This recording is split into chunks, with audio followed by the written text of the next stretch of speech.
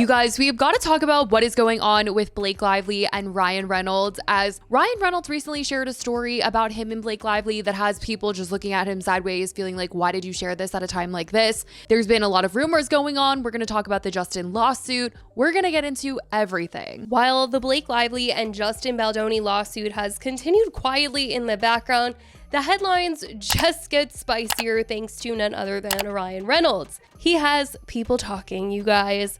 Like, a lot. I mean, who would have thought that Ryan Reynolds would be the one adding fuel to this entire fire? Like, you'd think that he would just want everyone to chill out, stop talking about him, stop talking about Blake, but I don't know about that after this. So Ryan Reynolds recently shared a story involving his wife, Blake Lively, and actor Bill Murray. While trying to get Bill Murray involved in his John Candy documentary, John Candy, I Like Me, Ryan said that he had left around 40 messages for Bill, and when he finally called him back, it was when Blake and Ryan were walking into a formal event, and he was just so desperate to not miss the call that he blurted out "F you" at Blake when she whispered, "We have to go in." Now, he definitely told the story in a more comical way that was like trying to really show how desperate he was to lock down Bill for the project, but of course, the headlines were talking about, "I can't believe that he would say this to his wife. Guess what Ryan Reynolds said to his wife? He yelled F you at her." The story went viral and it got people talking, which I was like, oh, Ryan, why would you tell the story at a time like this where everyone's talking about you and Blake? And some people were saying that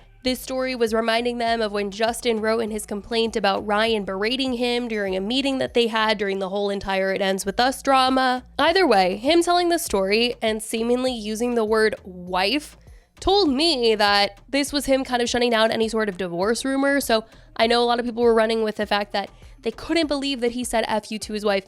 But what I was picking up was that they were not divorced because he said wife, and people had been speculating on what was going on in their relationship because he recently took down a lot of their Instagram photos together, which I don't know why he would do this at a time like this where everyone is paying attention to their Instagrams and every little thing that they're doing. But he did, and people were speculating that there was some trouble brewing. But since when he told the story, he used the word wife, I'm gonna guess that they're all good, I guess. Where there is trouble is this lawsuit that feels never ending between her and Justin. And though it feels like it's been proven that this whole legal ordeal ruined her friendship with Taylor Swift, it seems the end is not near for Taylor's involvement in the situation, or forced involvement, as it seems she's been dragged into this whole mess again when she wants absolutely nothing to do with this legal battle. And I'm sure she feels that way times 10 now that her and Blake aren't friends anymore, or it seems they're not friends anymore. But when it comes to the movie It Ends With Us, it's been said by Taylor's team, Taylor never set foot on the set of this movie.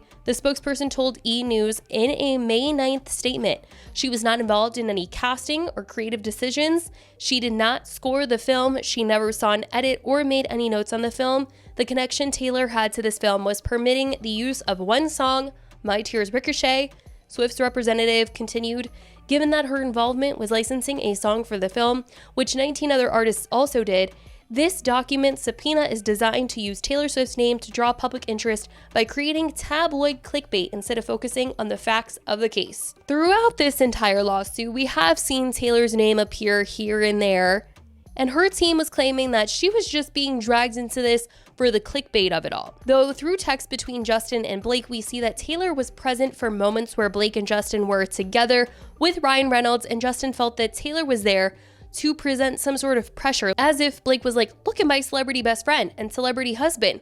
Like, they like what I wrote. Can we use it in the film? And he felt that they were there for this added pressure so that she could get what she wanted in the movie. Now, aside from this, the only other time that we've ever heard about Taylor's involvement in this movie came from the premiere, where Isabella revealed in an interview that Taylor Swift helped her get her role in the movie.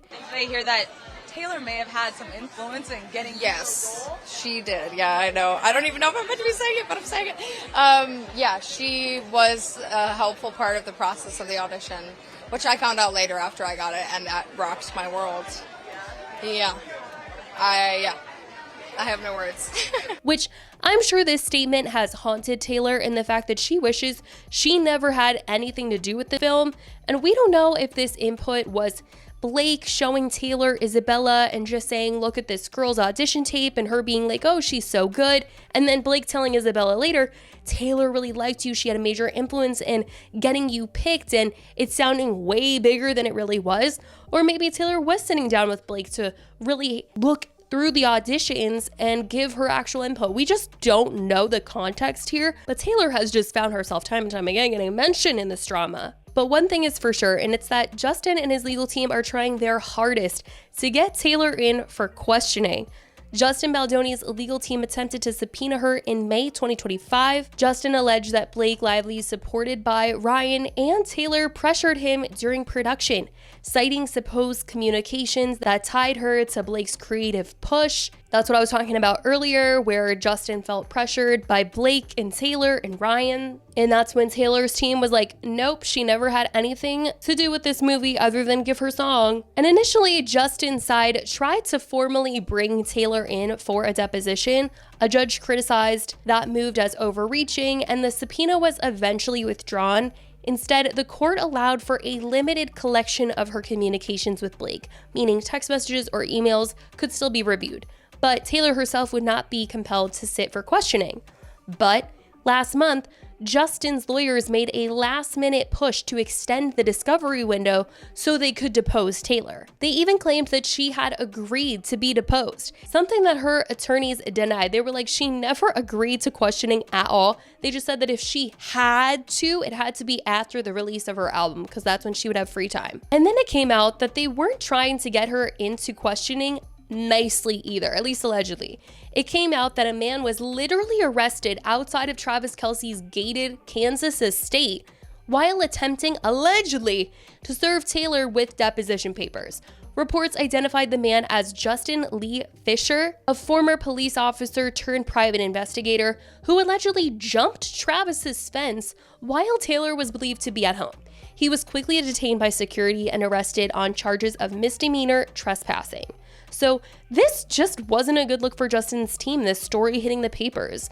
I don't know if this is 100% something that came from Justin's team, or if this guy was just saying that, or if the initial reports were just saying that. But either way, this hitting the news was not making him look good in any way.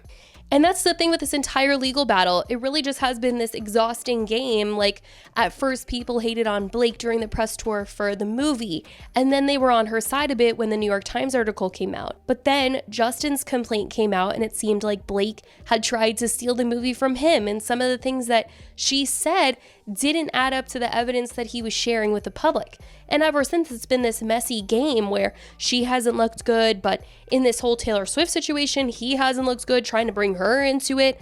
I mean, the whole thing is just crazy, and we're getting closer to almost 1 whole year of this going down. I mean, it's officially been a year since the movie came out and the whole drama of the press tour started, but it's wild to think about how they've almost been legally battling for a year now, and I can't imagine how expensive this all has gotten for them. Blake, however, is trying to post normally on socials and act like this isn't happening. She was recently speaking at an event last month about her hair care brand. Blake Brown, we're going to be talking about reimagining premium hair care. Let's give Blake a big round of applause. We love you. Oh my God. Well, I'm looking at your hair now. For like one of the things that you're best known for is your great hair. Tell me, has this always been part of like your thing is your hair? What role has hair played in your life leading up to here? I mean, hair has always been an identifier for me, for better or worse. I was, my hair was always down and crazy and chaotic, and I remember people always used to say to my mom, please brush your daughter's hair. I don't really know why she didn't brush my hair. Anyway. She also recently posted a throwback to Gossip Girl, which I feel like she hasn't ever really wanted to be associated with or reminded of, but she did post a throwback, and she even included a photo of her in Penn, which is technically her ex, which I found interesting. Aside from that, she also posted that she was at Universal Studios in Orlando, and I feel like she's just trying to post things that remove her a bit from this entire legal battle. The comments on her posts are all limited right now with everything going on, but This is the legal battle update, you guys. I swear, every single week, month, there is a crazy update in this whole situation that doesn't make anybody look good. They all look pretty bad, I feel like. And it's crazy that no one wants to settle. They want to see this thing through. And March 2026, that is when they are set to go into court. But until then, these are the things that we are hearing, and I want to know what you guys think about all of this. Let me know your thoughts in the comments. I love you guys so much, and I will talk to you in the next video. Bye, guys.